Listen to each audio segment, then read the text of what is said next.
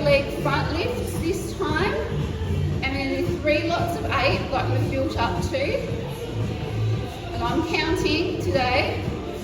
4, that was 5, 6. You already failed already. 7, and you get a rest after 8. So that's just a chance to shake your legs out a bit. And you can try again, and you can practice if you want a bed leg. There's no reason it needs to be super straight. The main thing is feeling like you're actually lifting up from underneath the back of your thigh. 7, 8.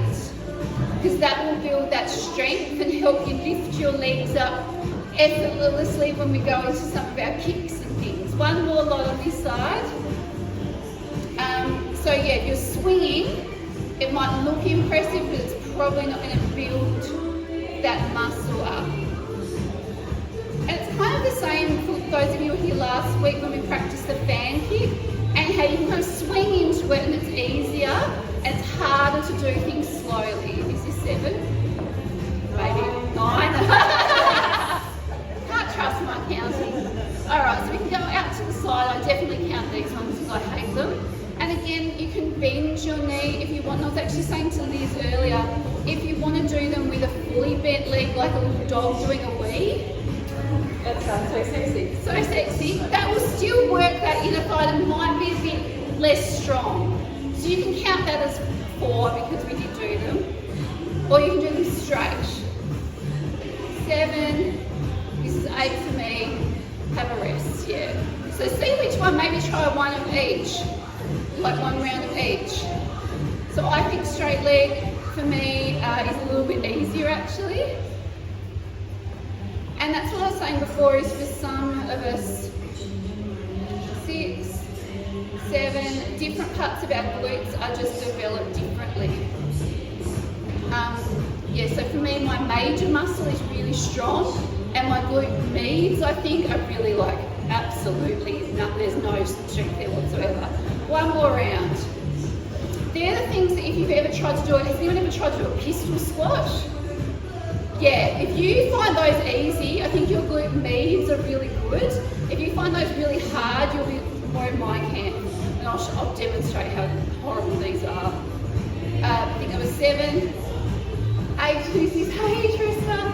Oh, she's lucky she missed out. So a pistol squat, for anyone that's excited, is where you come down and kick your leg up, you squat all the way down. I find that, yeah, almost impossible. I can go to about there.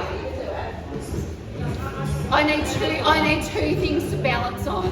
I'm not going to make you do them because they are awful. Isn't it Russian dance? It is. I mean, if you are interested, you can practice doing them by coming onto your chair, coming up, but like, no, we won't do them. They're awful.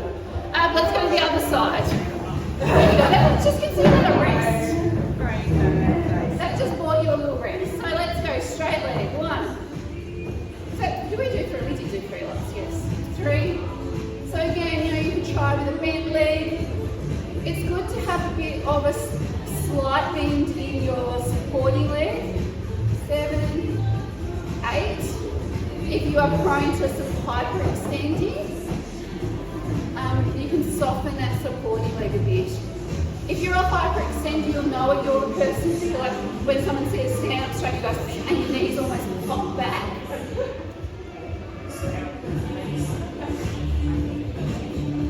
Last one, I think. Whew. 1 more round, I know, right? Then we get to sit there. Oh no, we just have to do the side. Oh, damn. I did forget. 3, 4, 5. Just think of all the amazing fan kicks you'll be able to do. 7, have that in your mind's eye. 8. Whew, awful. Okay, out to the side. So try straight leg or bent leg. See what you like better. So we're going to go 1. Your own speed. If you only want to do 4, do 4. I'm not counting anyone else. I'm trying to count myself, so I'm going to leave you straight. And if you can do these on the floor as well. Oh, I've lost count now. 7, I think 8. Okay, other side. So I find straight leg actually a bit easier, but that might be just me. 1, 2,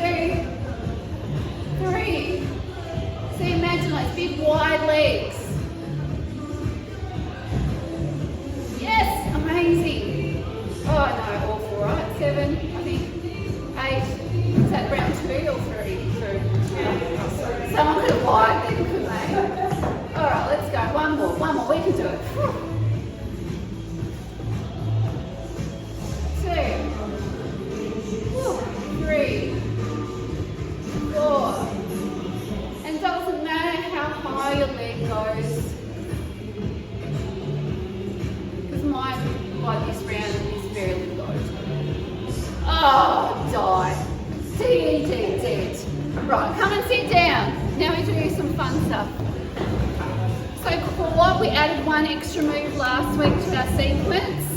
More of the core mobilization than strength. But let's just start with our easy obliques. And I think these are way better than doing them on the floor. I think you don't grab your neck as much, and I think that you actually can feel that mind muscle working. I could be lying, but I don't think so. So we're going to aim our elbow to our knee. That's 1, 2. It doesn't need to reach the knee. Check yourself out in the mirror and make sure that you're going side to side like a windshield wiper on a car. 7, 8. And have a little rest. So you should be trying to keep a fairly straight line, not hunching over. Try again, another round. At least we get to sit down. And you can pop your hands here if they get a bit sore. You can always just pop them on your waist, but I think this really helps. And I always think of that top arm lifting me back up and over. That's 8. Whew. One more round. So good. And again, this is really good, especially with the moves that we're going to learn today, where you kind of have to be in a little bit of a mini crunch up position. Like I was saying, a lot of the stuff on the chair, it's kind of like you're in a little boat pose or a little crunch a lot of the time.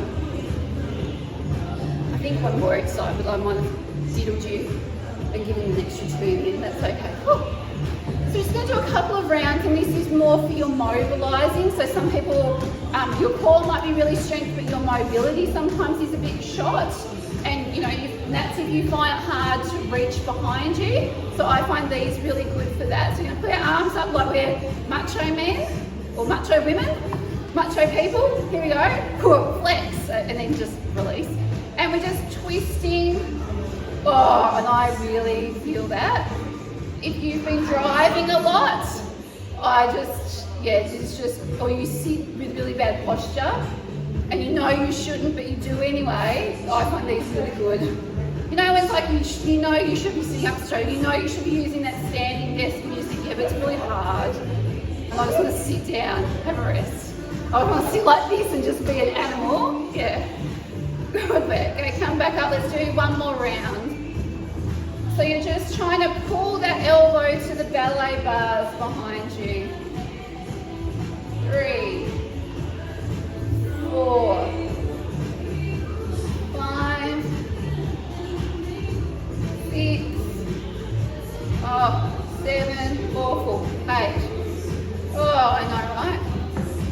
Okay, so your next option is to do some triceps or a plank hold or a rest, up to you. So you can practice, I just come to the side of my chair more so that you guys can see me, you don't need to.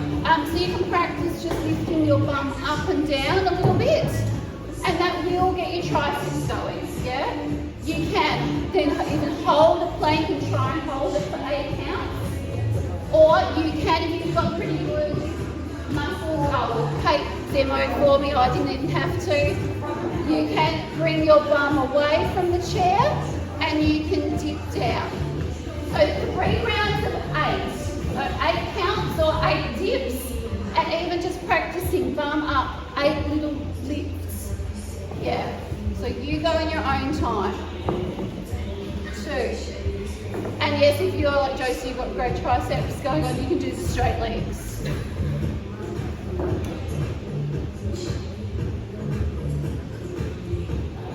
And you can have a rest after each 8, yes. Well earned. I'm just going to come front on this, more comfortable. And when you're ready, I mean, I said a little rest since I like hang out for 100 years. And again, just think of how you're going to be able to hold yourself on the chair. I know, nasty. I can't remember how many I've done, but I'm going to call that 8. That's 18, I'm sure. Never trust a trainer's count, it's always a lie. Alright, and your last lot. So remember, it could be a rest, it can be just lifting, it It can be a plank hold, or you can dip. And really think of those elbows going back.